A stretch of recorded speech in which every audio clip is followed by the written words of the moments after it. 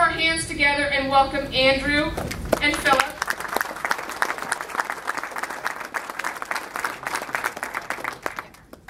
Thank you, Kim. Thank you, everyone. I hope you're having a fantastic night. Again, I'm Andrew. This is Phillip, and we are here to talk about buy and hold real estate, what it is, why it's awesome, and the basics of how to do it. We're going to focus tonight mostly on why we think it's such a great investment. Also go into the different ways to finance buy and hold real estate, because that's generally the biggest challenge that investors have when they're trying to get into buy and hold. We're also going to talk about management a little bit. We're going to talk about the first big thing with management, and that is the choice of whether to manage yourself or hire a management company, and the advantages and disadvantages that go along with that. We are going to get into all these subjects in much more detail on our Saturday meeting on the 21st.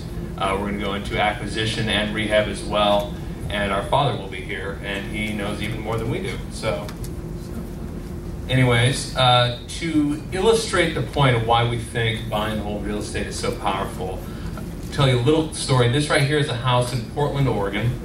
In 1985, our father bought this house for $40,000. He put in a quick little amateur bush league rehab. He's not particularly handy, but he was able to sell a house for $47,000. Actually took a small loss on it, and just was trying to get out of it. He had a pretty bad experience in Portland. Anyone who knows the Portland market might know where the story is going. Anyways, he ran into the guy just randomly who he sold it to a couple of years ago, and he said he sold it in 2011, and he sold it for $950,000. So this is not a typical case. Of course, the coasts are much more expensive than, flyover country where we all live, but it does kind of highlight the power.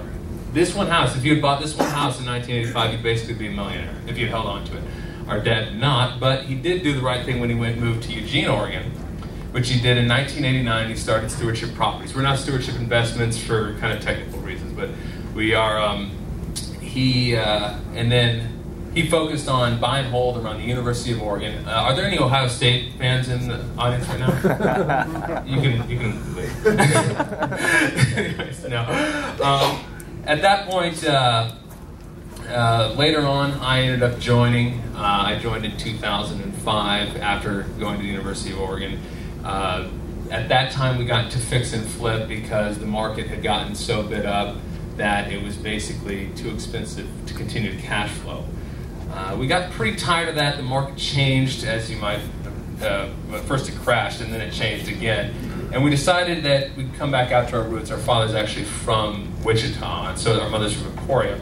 And so we came back out here where prices are much more reasonable, the rents are, and the prices are much closer to each other. Eugene is sort of like San Francisco light, we'll say. It's not nearly as bad, but it is much more expensive than here. And so in 2011, January 2011, actually during a snowstorm, I moved out here, and then my brother joined 9 months later. Today, Stewardship Properties owns 300 units in Oregon, mostly campus units around the University of Oregon. We own 185 units in the Kansas City metro area, including 116 houses. We also own 74 units in Texas. Now, I'm going to let my brother get into the main reasons that buy and hold is so good, but first I'd just like to take a quick poll. Who in the audience actually already does buy and hold real estate? Is there any landlords in the audience? Great, great. And who would say they're primarily a flipper? We don't have a lot of flippers tonight. Okay. What about wholesalers?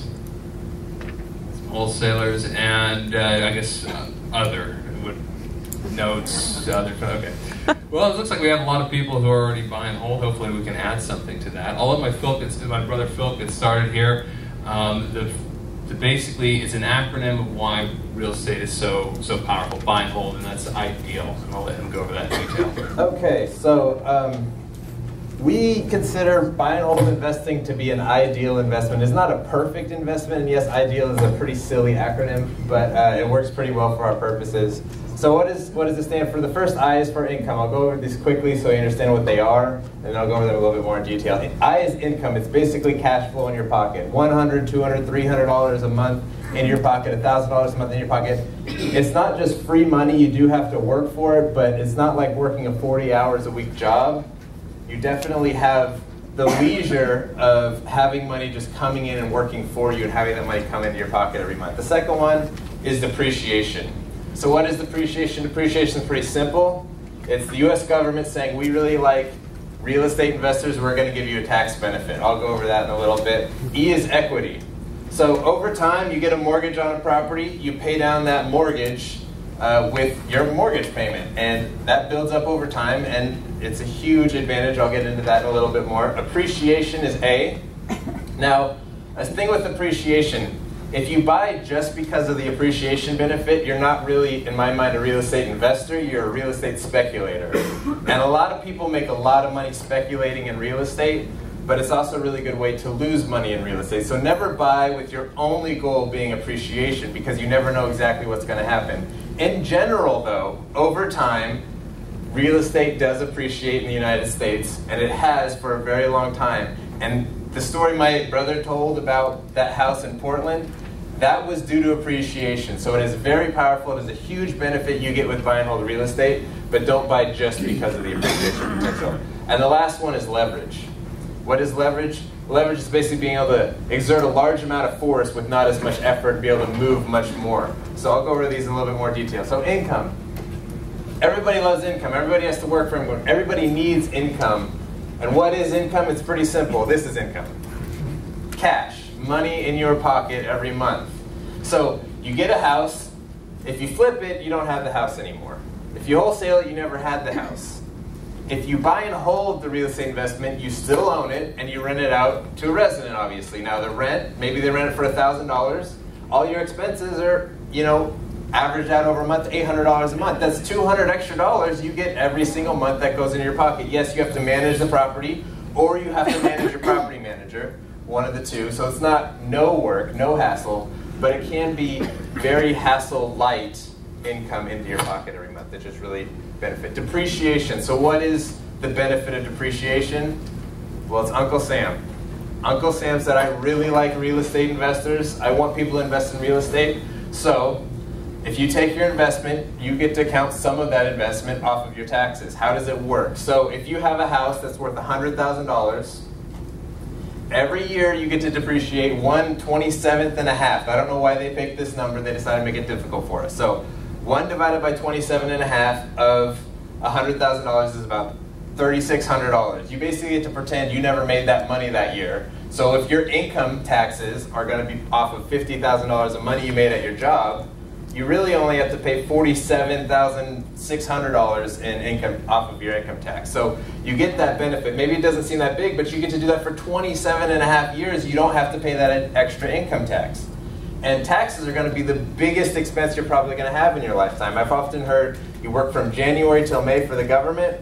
Well, you don't have to work quite as long for the government with the depreciation. And if you own $1 million in real estate, you barely be paying any income tax at all. So it's just a huge benefit the government gives us. E is equity. So like I said, you pay down your principal balance with your mortgage. This is basically what happens with equity. So this is, right here, a 25-year loan at $100,000. The red line is the amount owed on the property over time. What happens to that red line? It goes down. So what does that mean? It means your loan is going down. So if you own this property and it's cash flowing, you're getting the income in your pocket every month from the cash flow, $100, $200, whatever it is. You're not having to pay as much taxes because of depreciation. And over time, you're building up equity, so your loan balance is going down. And a lot of people, what they do with buy and hold real estate is they just buy a couple houses and this is their retirement.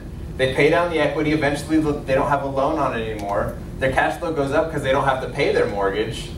Or they then refinance the house when the loan gets low enough, and then they pull out a bunch of cash from the house, and that's their retirement. It's a huge benefit that you have to wait some time for, but it is really powerful when you use it. A is appreciation. Now, like I said, appreciation generally goes up, and I'll show that to you right here. This is appreciation in the United States since 1963. It's a pretty obvious trend here. It goes up. Now, you can see in 2007, yeah, it does go down a little bit, but generally the market goes up. It goes up and down, up and down, up and down, up and down too. So if you're buying at one point in time or in one marketplace, it's not always the same, and it's not necessarily going to go up over the next 2, 3, 4 years. But if you own real estate over 10 years, 20 years, 30 years, you can see that the value of it can go very high. I believe the average appreciation across the country is about 4.5% per year in America. It's different per market. That's never a guarantee, but it's not far away from the stock market. And over time, that can become really powerful because it's already an investment that's making you cash flow into your pocket every month. You're already depreciating money off your taxes. You already are paying down your principal balance and building up equity in the property. And on top of that, the asset you have is going up in value. But what makes appreciation really powerful is this last one, leverage.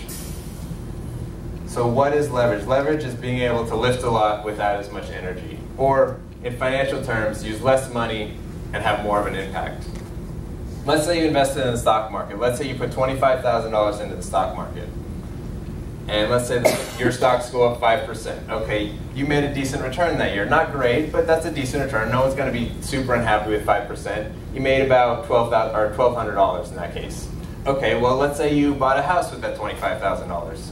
Well, the house went up 5%. Are you going to make the same $1,200? No, you're not, because you get a loan from a bank, and that $25,000, you got a loan at 70% loan to value, so the real estate that you actually own is $100,000, but you only have $25,000 of your own cash into it. So because of that, if real estate goes up 5% on that $100,000, you actually made $5,000 off of your original $25,000 investment. That's a 20% return. So it's the same increase in terms of percentage, but because you leveraged your money so much further, the return was much higher. And these are the powers of real estate. All of these things, in effect, over time, create buy and hold real estate to have so much power to generate wealth over time. There's a couple more benefits of real estate and buy and hold real estate in particular. I'll let Andrew go over those. They don't quite fit into the acronym of I.D.E.A.L. But yeah, or we just need to put together another longer word like I.D.E.A.L something or whatever. But the key thing, if you might have picked up or you might have thought to yourself, as Phillip was mentioning about leverage, is that's a two-edged sword. Of course, if the market goes up 5%, you make 20% on your money, but if it goes down 5%, you lose 20% on your money. Fortunately, with real estate, it is very different than the stock market, the bond market, and any other markets like that. The stock market is what's considered an efficient market. Basically, all the information is out there, or at least supposedly is out there. You can download the company's financial quarterly releases, do all the research there, and the idea is that with all these stock analysts and looking at it at the same time, the price will be about what it should be worth. It should be really close. I don't think that theory is completely true, but there's a lot of truth to it. Namely, it's very challenging to get a good deal in the stock market, especially if you're just playing it, playing it every once in a while, looking at it here and there, or if your name's not Warren Buffett. The real estate market, on the other hand, is very different. It's an inefficient market. It's completely inefficient. Not only is it local, but every deal is separate. So, for example, as many of you are aware of, there's all sorts of different ways to find motivated sellers who want to sell their property and don't need to get the best price for it. They just want to get rid of it. They're facing foreclosure. There's too many repairs. They live out of state. There's all sorts of reasons. So you can get a very good deal, and this allows you to mitigate risk. So, okay, let's say you find somebody who's being foreclosed on, or let's say that they live out of state and the house is in bad shape. They really just want to sell the property. You buy it, you're all into it for $80,000, it's worth $100,000. Now, all of a sudden, if the market goes down 10%, you still have $10,000 of equity in the property. So by getting great deals, you have mitigated your risk and you've taken advantage of the power of leverage. Now when the market goes up 5%, you make 20% on your money. And when the market goes down 5%, well, you still have a bunch of equity in the property because you bought right. That's something that's much, much easier to do with real estate than it is with stocks, with bonds, with virtually any other investment that's out there.